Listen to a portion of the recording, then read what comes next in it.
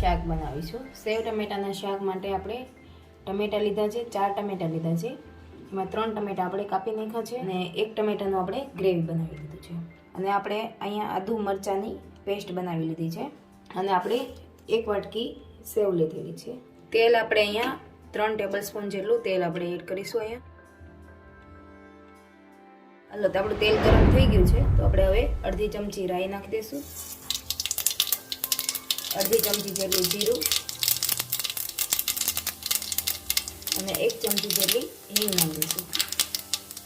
આદુ મરચાંની પેસ્ટ બનાવેલી છે તે એડ કરી દઈશું।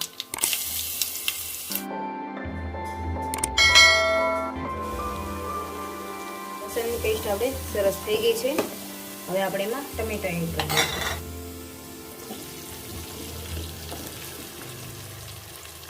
હવે તેને બરાબર તેલમાં મિક્સ કરી દઈશું। હળદર એડ કરી દઈશું। વઘારમાં આપણે એટલે નથી નાખી કારણ કે વઘારમાં નાખી તો બળી જાય એટલે આપણે પછીથી નાખીએ છીએ। આપણે 1 ટેબલસ્પૂન જેટલું ધાણા જીરું એડ કરી દઈશું। 2 ચમચી જેટલું આપણે લાલ મરચું એડ કરીશું। 2 ચમચી આપણે જો વધારે તીખું ખાતા હોય તો આપણે 1 મરચું લીલું મરચું આવે તે વધારે નાખી દેવાનું। આપણે અહીંયા કાશ્મીરી મરચું લીધું છે લાલ। હવે આપણે બરાબર એને મિક્સ કરી દઈશું। હવે આપણા ટમેટા સોફ્ટ થાય ત્યાં સુધી 5 મિનિટ લાગશે સોફ્ટ થતા। 5 મિનિટ પછી આપણે ગ્રેવી એડ કરીશું।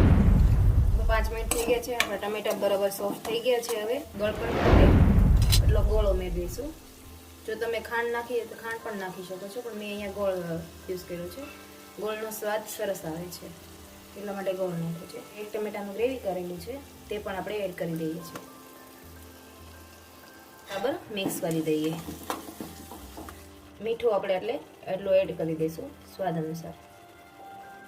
બરાબર મિક્સ કરી અને 2 મિનિટ આપણે રહેવા દઈશું।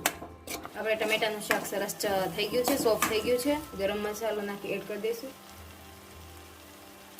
1 કપ જેટલું આપણે પાણી લીધેલું છે તે આપણે પાણી એડ કરી દઈશું। હવે આપણે એને બરાબર મિક્સ કરી દઈશું। મિક્સ કરી હવે પાણીને આપણે થોડીક વાર ઉકળવા દઈશું। પાણી ઉકળી જાય પછી આપણે એમાં સેવ ઉમેરી દઈશું। આપણું પાણી સરસ ઉકળી ગયું છે, તમે જોઈ રહેશો એમાં સરસ પરપોટા પણ થઈ ગયા છે। હવે આપણે એમાં સેવ એડ કરી દઈશું। આપણે 1 વાટકી સેવ લીધી છે તો આપણે સેવ એડ કરી દઈશું। હવે આપણે થોડી વાર એને 2 જ મિનિટ પૂરતું આપણે હમણાં રહેવા દઈશું। ધાણા છે તે પણ એડ કરી દઈશું। સરસ મજાનું આપણું સેવ ટમેટાનું શાક તૈયાર થઈ રહ્યું છે। આપણું શાક સરસ થઈ ગયું છે। હવે આપણે ગેસ બંધ કરી દઈશું અને આપણે એક બાઉલમાં એને સર્વ કરી લઈશું। સરસ મજાનું આપણું સેવ ટમેટાનું શાક તૈયાર થઈ ગયું છે। સેવ ટમેટાનું શાક આપણે બાજરાના રોટલા સાથે, ભાખરી સાથે અને પરાઠા સાથે પણ ખાઈ શકીએ છીએ। જો મિત્રો તમને મારો વિડીયો પસંદ આવ્યો હોય તો લાઈક કરજો, શેર કરજો અને સબસ્ક્રાઈબ કરજો। Thank you so much.